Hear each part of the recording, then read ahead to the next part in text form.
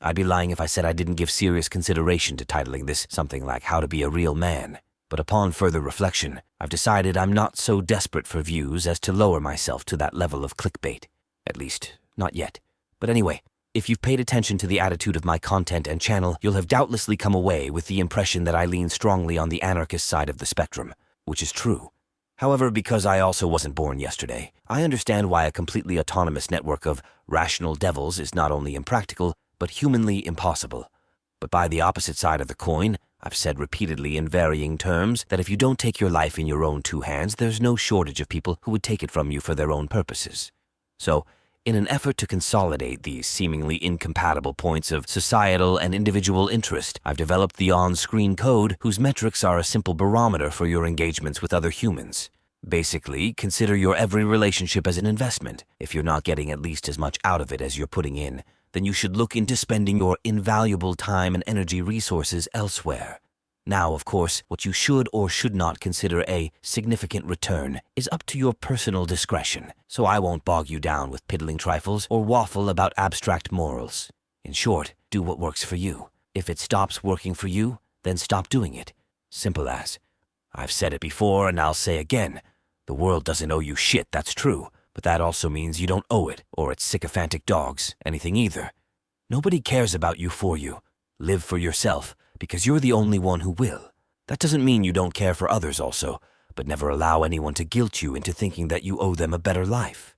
You don't. Your loyalty and sacrifices are their privilege, not your debts.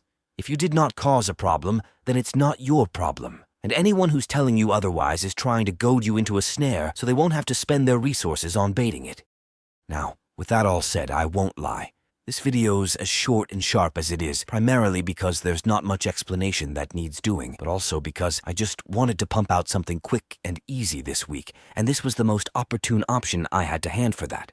But before you go, I would also like to take this opportunity to present you with the official pirate code from my Flint Pirate Academy novel series, inspired by Miyamoto Musashi's Warrior Code from the Book of Five Rings, which I'll post on screen also for comparison. And you know what? As long as I'm at it, I'll also toss in here a prelude to my Doctrine of the Sun. If you want to know why it's called that, do a search for George Carlin on religion here on YouTube. It's outdated now, having been composed back before I even started writing the FPA series, and my opinions on most of the points have shifted considerably over the years. But the overall sentiment of the piece I still find valid enough to where I'm okay with posting it, if only for the sake of comparison between then and now.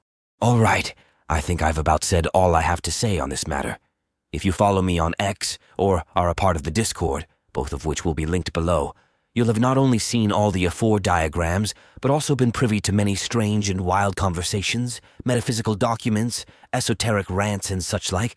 If that sounds appealing to you, drop on by and have a chat. Or if you'd prefer a less committal engagement, then go ahead and drop a comment down below. And of course also consider leaving a like and subscribe, and possibly even a tip or becoming a channel member while you're down there.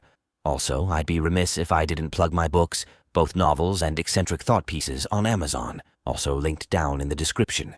But in any event, I've rambled and ranted at you for long enough. As usual, until next time, stay safe, stay sane, and to borrow a line from my own premiere novel, freedom means setting your moral compass by the winding road, not by static stars. Those who can do this are few. Those with the guts to do it are even less so. That's why the free are dreaded. Live long and prosper.